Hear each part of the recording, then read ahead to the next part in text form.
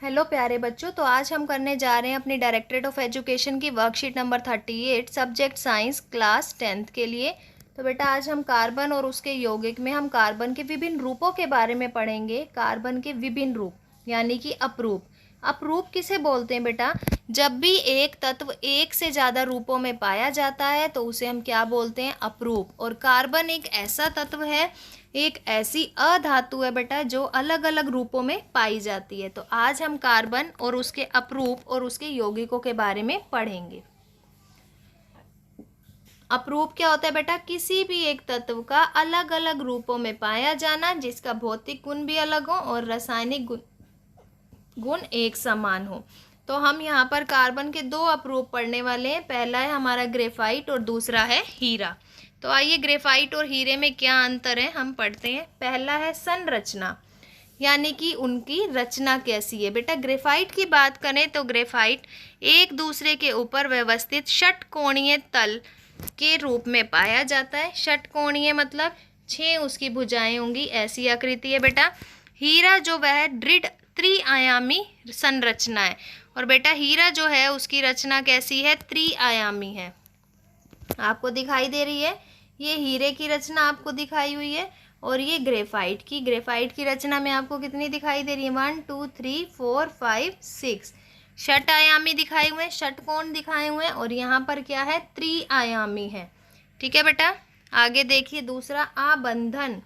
Carbon के प्रत्येक परमाणु का आबंधन कार्बन के 3 परमाणुओं से होता है और इनमें से एक आबंध द्विआबंधी होता है। बेटा ग्रेफाइट में एक कार्बन जो है वो 3 कार्बन से जुड़ता है, जबकि हीरे की बात करें तो बेटा हीरे में एक कार्बन 4 अन्य परमाणुओं से जुड़ता है। ठीक है, तीसरा अंतर देखेंगे बेटा रूप जो है वो ग्रेफाइट चिकना और फिसलनशील होता है। कैसा होता है ये? चिकना और फिसलनशील।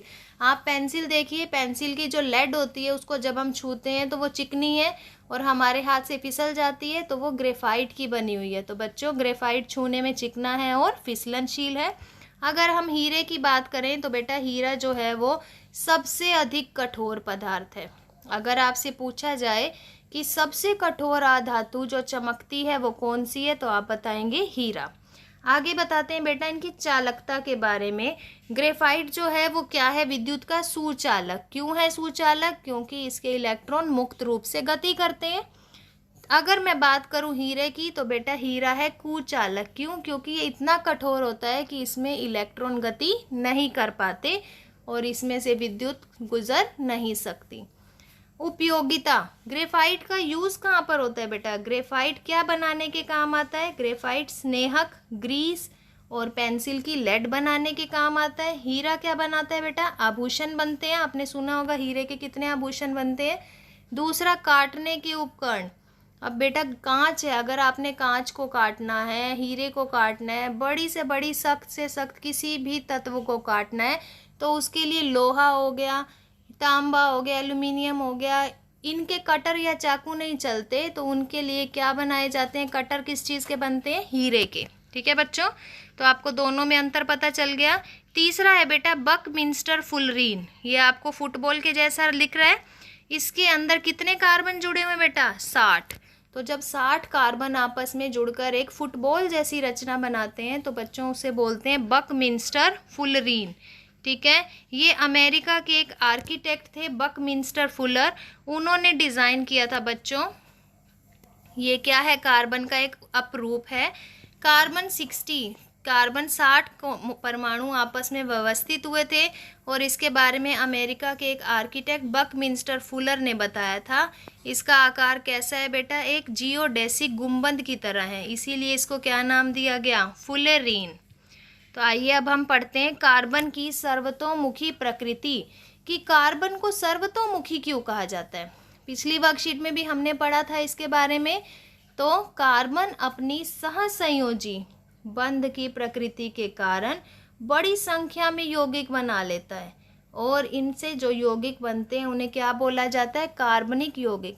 बेटा कार्बन कई सारे परमाणुओं के साथ मिलकर अलग अलग यौगिक बनाता है। वो एकल आबंध भी बना सकता है, द्विआबंध भी, त्रिआबंध भी। और इसी के कारण कार्बन क्या है, सर्वतोमुखी है। ठीक है बच्चों, 2 गुण इसके बहुत ही इंपॉर्टेंट है, एग्जाम में हमेशा आपसे पूछे जाएंगे। आप ध्यान से इनको लर्न करेंगे कि कार्बन सर्वतोमुखी क्यों है, आखिर इसके पास ऐसा क्या है कि ये सबके साथ ही बंध बना लेता है। तो पहला गुण देखेंगे बेटा, पहला है श्रृंखलन। श्रृंखलन क्या है, कार्बन में कार्बन के ही अन्य परमाणु के साथ आबंध बनाने की क्षमता है। वो इतने सारे अणु बना लेता है और इसी गुण को क्या बोला जाता है, श्रृंखला। बेटा कार्बन दूसरे यौगिकों के साथ जुड़ जुड़ के पूरी एक चेन बना लेता है, श्रृंखला बना लेता है, और उसके इसी गुण को क्या बोला जाता है, श्रृंखलन। एग्जाम्पल है आपके पास सिलिकॉन। सिलिकॉन हाइड्रोजन के साथ बनाएगा, इसमें 7 या 8 परमाणुओं की श्रृंखला हो सकती है। अगर हम बात करें कार्बन की, तो बेटा कार्बन का जो आबंध है वो बहुत ही प्रबल है और इससे अच्छे यौगिक मिलते हैं। दूसरा गुण क्या है बेटा, चतुर संयोजकता। कार्बन कौन से नंबर पे है बेटा, 6 पे। आप इसे बांटेंगे तो K में 2 इलेक्ट्रॉन, L में 4 इलेक्ट्रॉन, यानी इसकी संयोजकता कितनी हुई, 4। तो कार्बन के पास 4 संयोजी इलेक्ट्रॉन है।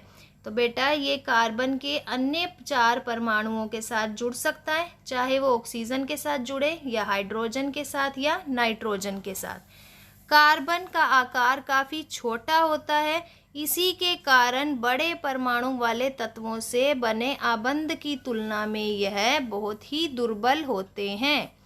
तो बेटा 2 गुण हमने यहाँ पर पढ़े हैं। पहला गुण है श्रृंखलन, दूसरा है चतुर संयोजी। श्रृंखलन क्या है कि अन्य परमाणुओं के साथ आबंध बनाता है और श्रृंखला लंबी करता जाता है। दूसरा चतुर संयोजी, इसकी संयोजकता है 4। इसके बाह्य कोश में कितने इलेक्ट्रॉन है बेटा, 4। ये 4 इलेक्ट्रॉन के साथ 4 ऑक्सीजन के साथ जुड़ सकता है, हाइड्रोजन के साथ नाइट्रोजन, किसी भी तत्व के साथ ये अपने 4 इलेक्ट्रॉनों की साझेदारी कर सकता है। इसीलिए ये क्या है बेटा, सर्वतोमुखी और अधिक संख्या में क्या बनाता है, यौगिक। ठीक है, आइए अब हम इसके अभ्यास करते हैं। कार्बन सर्वतोमुखी प्रकृति क्यों दर्शाता है। तो बेटा फर्स्ट क्वेश्चन जो है आपका, उसका आंसर क्या आएगा यहाँ पर कि सह संयोजी बंध की प्रकृति के कारण ये बड़ी संख्या में यौगिक बना लेता है। वो यौगिक हमारे एकल आबंध भी हो सकते हैं, द्विआबंध भी हो सकते हैं और त्रिआबंध भी हो सकते हैं। तो ये आपका फर्स्ट क्वेश्चन का आंसर रहेगा। ठीक है प्यारे बच्चों, कार्बन के परमाणु अधिक संख्या में यौगिक क्यों बनाते हैं। तो बेटा ये आपका सेकंड आंसर रहेगा, क्यों बनाते हैं। नंबर 1 श्रृंखलन करके, तो आप श्रृंखलन के बारे में लिखेंगे, और नंबर 2 में आप क्या लिखेंगे, चतुर संयोजकता, कि इसके पास 4 संयोजी इलेक्ट्रॉन है। तो आपने सेकंड क्वेश्चन के अंदर ये दोनों गुण एक्सप्लेन करने हैं। फुलरीन में कार्बन के परमाणुओं की न्यूनतम संख्या और उनका आकार। तो बेटा न्यूनतम संख्या कितनी है, C60, 60 है ना कार्बन, और उसका आकार, तो बेटा आकार क्या है, जियोडेसिक गुंबद। कैसा आकार है उसका, जियोडेसिक गुंबद। ये आप थर्ड क्वेश्चन में आकार लिखेंगे। ठीक है, 4 देखिए, एक बच्चा दोनों ओर से पेंसिल को छील लिया एक बच्चे ने और बैटरी के टर्मिनल से जोड़ दिया, क्या धारा प्रवाहित होगी। जी हाँ, धारा प्रवाहित होगी। क्यों होगी, क्योंकि पेंसिल किससे बना है, ग्रेफाइट से, और ग्रेफाइट क्या है बेटा, हमारा एक विद्युत का सुचालक। तो हम यहाँ पर लिखेंगे कि हाँ धारा का प्रवाह होगा। तो हमारे फोर्थ क्वेश्चन का आंसर क्या रहेगा, हाँ धारा का प्रवाह होगा, क्योंकि पेंसिल लेड क्या है, हमारा एक विद्युत का सुचालक। तो बेटा अगर आपको कार्बन के अपरूप के बारे में अच्छे से समझ आ गया इस वर्कशीट से, तो आप हमारे चैनल लर्निंग लाइट को शेयर कीजिए अपने फ्रेंड्स के साथ और सब्सक्राइब कीजिए, ताकि हर वर्कशीट का नोटिफिकेशन आपको टाइमली मिल सके। Thank you.